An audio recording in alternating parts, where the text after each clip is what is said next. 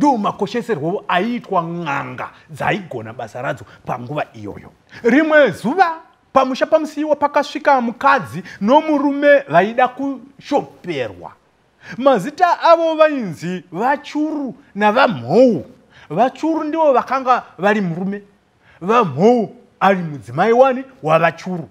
Vakagashirwa nachipo namusiyiwa zvakanaka zvikuru.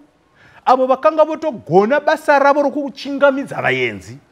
Vachuru vaya naVamhou vakanga vabva zasi kwenyika yeBhikita. Kuzoti nguva yokushopera yasvika, shavi rachipiwa rakabuda rikadudzira zvaitaurwa neHakata. Shavi riya rakati, mune nhamo huru yokufirwa nevana vakawanda. Vachuru vakati, ndizvozvo chaizvo chiremba.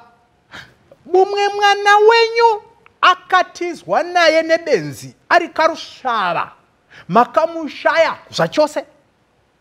Ndizvozvo chaizvo chiremba. Rakatanga raseka shavi renjuzu riya rakanga riri pana chipiwa. Ndokubva razoti, wandakagara pano kureva kuti homwe yangu iyeyu ari kutaura nemi uyu ndiyeye mwana wenyu wamakashaya. Vachuru naVamhou vakashaya nerokutaura pavakanzwa mashoko iwaya. Kana chipo namusiyiwa vakashamisika zvikuru. N'anga ndokubva yaenderera mberi yoti, nhasi masvika pachaperera nhamo dzenyu.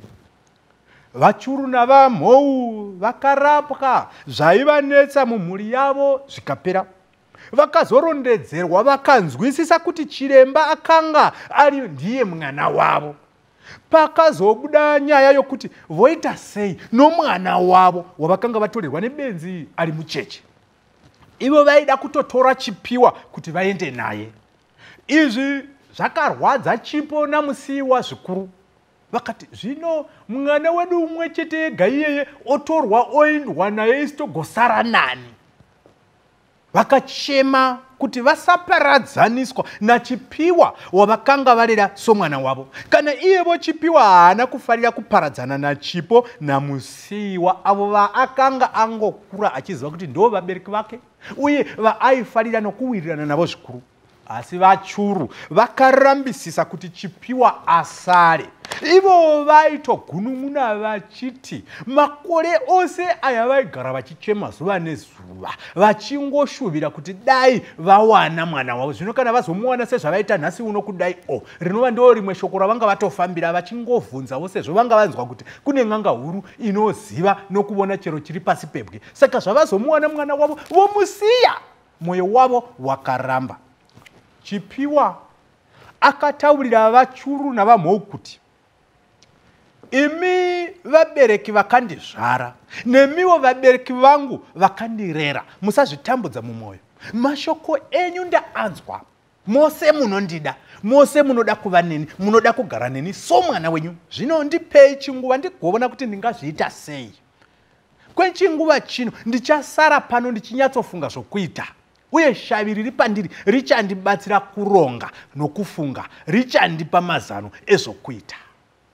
Kana ndagadzira zvose, ndichakutaurirai kuti ndoroorwa here kana kuti ndogara pano zvachose kana kuti ndozogara nemi Vachuru naVamhou. Ngano. Zvino yakwira mutarara nyaya yedu. Yakuenda kumagumo, kumhenderekedzo. Kwainondoperera kunondofira rungano. Ngatinzwe kuti zvino zvakapera sei.